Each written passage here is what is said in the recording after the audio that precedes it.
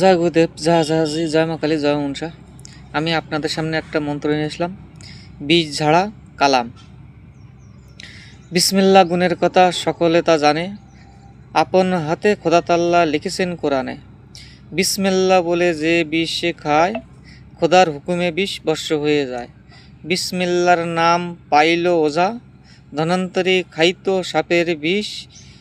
1-2 ভরি অহংকার করে দেখ ধনন্তরী। খল বিসমিল্লাহ ভুলে একদিন বিষ ধরিয়েছিল।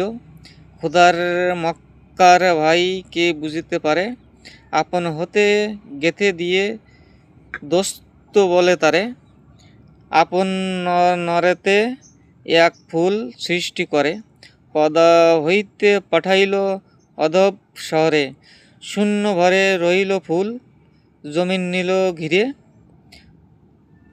আরবের লোক এলো ফুল দেখিবার তরে। ফুল নিতে আব্দুল বাদশাহ হাত বাড়াইল, খোদার হুকুমে ফুল বাদশার হাতে গেল। ফুল নিয়ে আব্দুল বাদশাহ মহলেতে গেল। অমিনা বিবি ফুল নিয়ে নাসিকাতে দিল। বিবির উদারে নবীর পয়দা হয়েছিল, আর দিনে জনকেরা কহিতে লাগিল, আয় রাতসরাত ছিল জন্ম ঘরে, সেই জীবনে পয়দা হইল বাদশার ঘরে। বাদশা বলে, আমি কি করি উপায়, এনে বিষে খাও র বিষ ধলাসের সময়। বিষের পেয়ালা এনে বিবি হাতে দিল। বিষ দেখে বিবি তখন কাঁদিতে লাগিল।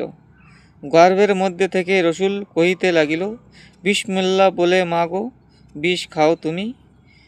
গর্ভের মধ্যে থেকে বিষ হজম করব আমি, সেই বিষ খোদার হুকুম বিষ নেই।